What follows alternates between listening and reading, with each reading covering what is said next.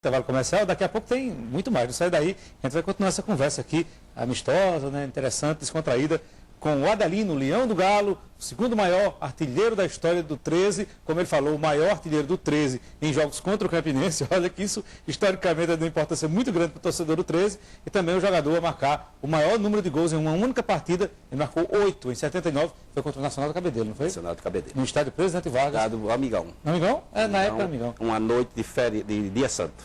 Uma noite de santo, pois é. Está lembrado demais, viu? Bem, vamos ao intervalo, a gente volta já. Aqui ao vivo, nos estúdios da Opinião, com Adelino Aquino Neto, o Leão do Galo, como a gente falou no primeiro bloco, no segundo maior artilheiro da história do 13 Futebol Clube, e que essa semana, aliás, na próxima semana, próxima quarta-feira, né, Adelino? Próxima quarta-feira, dia 26. Dia 26, vai receber com justiça o título de cidadão campinense, a propositura do vereador Peron Japiaçu. Adelino, na sua época, e a história mostra claramente isso quem acompanha o futebol, o artilheiro do time era sempre o centroavante, né? O jogador de área. Hoje já não acontece isso. Por que nessa época era assim? Porque na época existiam os pontas, né? Existiam os pontas abertos. Eles jogavam para o centroavante. Então... Era sempre aquele objetivo de a linha de fundo cruzar. A linha de fundo cruzar se via o centroavante. Tanto que naquela época os centroavantes eram realmente os artilheiros de campeonatos, porque tinha essa ajuda. Hoje não, hoje todo jogador quer ser artilheiro, todo jogador participa da jogada.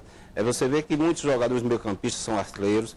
Mudou muito o futebol daquela época para cá. Mas aí é aquela história, você tem que se adaptar a tudo, né? O centroavante tem que se adaptar a esse sistema e procurar estar sempre na área para fazer os gols. Outra coisa, Adelino, apesar desse grande número de gols que você fez, me parece, aí você vai confirmar ou não, eu não tenho certeza, mas pelo pouco que eu acompanhei e pelo que eu li, você não era um jogador que estava batendo bola parada, né? Estava batendo falta, cobrando pênalti, quer dizer, mais os seus gols com bola rolando mesmo, né?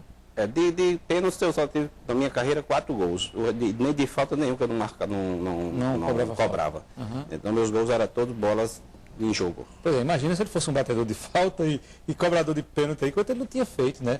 De gol. Né? Por que essa questão de não bater pênalti, Adelino?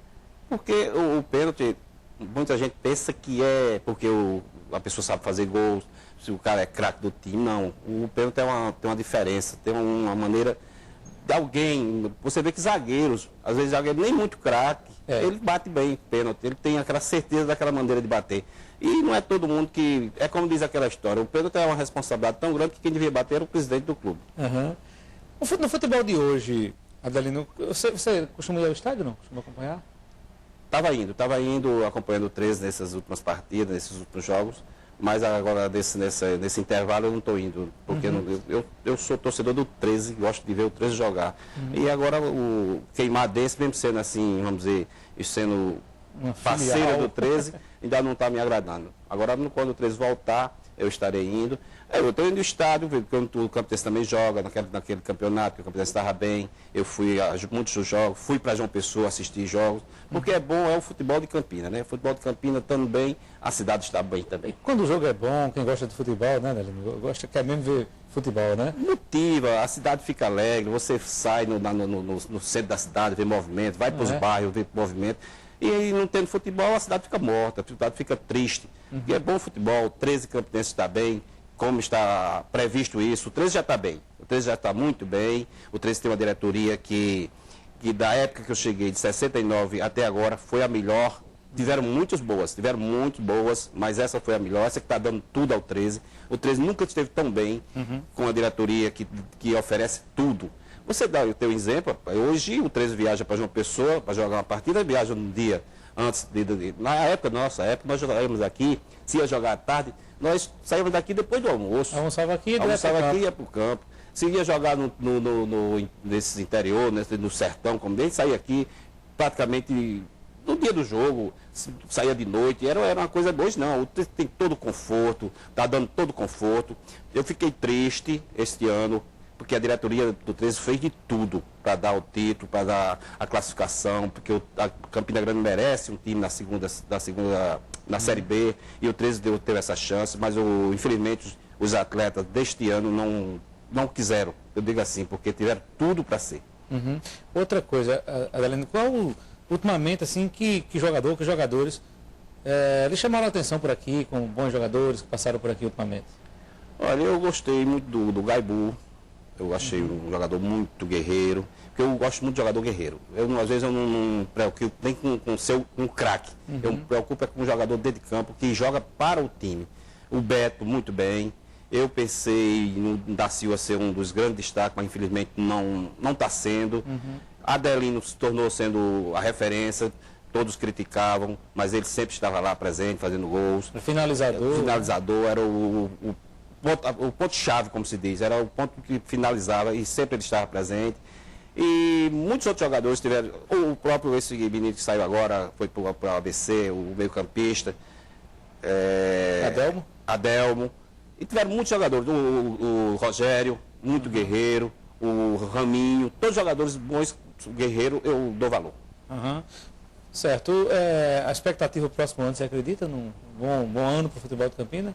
Acredito porque eu estou acompanhando, estou vendo, o 13, como eu já disse, já tem a estrutura, e o Campinense está mantendo a estrutura, está querendo fazer uma estrutura, né? Uma nova diretoria, e as ideias estão sendo boas. Já teve aí uma ideia trazer o treinador, já é muito bom, porque está começando a base, porque o treinador é quem tem que formar o time, não é a diretoria, é o treinador. Então, se o treinador está aqui e não tem jogador, então é ele que vai indicar, é ele que vai formar o time dele. Aí eu acredito nisso. Em nível nacional, assim, em seleção brasileira e tal, que jogadores você gosta, assim, esses caras que são tratados como super craques? O que você acha deles? Um Ronaldinho, um Kaká? Anchieta, eu fiquei muito decepcionado da Copa do Mundo. Fiquei de uma maneira que hoje eu assisto o jogo da seleção por acaso, não tenho mais aquele amor, porque eu vi que aquela seleção não jogou. Parece que não era brasileiro, parece que eles não tinham nenhuma obrigação de ganhar o título. Eles jogaram por jogar, para aparecer mais, ou para ganhar mais dinheiro. Eu fiquei muito revoltado. Hoje eu vejo a seleção, uns jogadores agora, os mais novos, querendo. Isso é bom. América agora foram jogadores até limitados, mas que mostraram, né, disposição. Exatamente, isso serve de demonstração para esses jogadores que fizeram isso, que eles agora estão sentindo, por exemplo, o Ronaldinho, o Kaká, que estão ficando no banco, já sentiram que o Dunga está fazendo um trabalho sério. Eu acredito muito no trabalho do Dunga, se permanecer dessa maneira, né? Porque não ser um treinador de que escala quem manda, que o presidente da CBF manda, ele tem que ter o time dele, o time na mão, como se